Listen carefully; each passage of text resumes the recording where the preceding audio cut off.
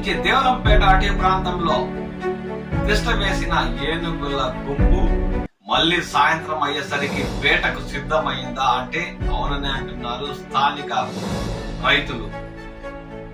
ఉదయం నుంచి దేవరంపేట అటవీ ప్రాంతంలో తిష్ట వేసిన ఏనుగుల గుంపు ఇప్పుడు సాయంత్రం 8 గంటలు దాటిన తర్వాత దేవరంపేట అటవీ ప్రాంతం నుండి బయలుదేరి తుడుమారిపల్లి సమీపంలోని కుమ్మరిపల్లి చెరువు ప్రాంతంలో తిష్ట వేసినట్లు స్థానిక అటవిక శాఖ అధికారులు రైతులు తెలిపారు.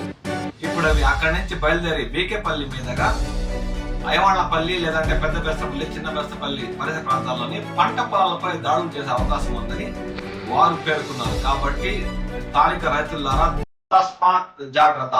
ఇప్పుడు ఆ దృశ్యాలంటే చూద్దాం.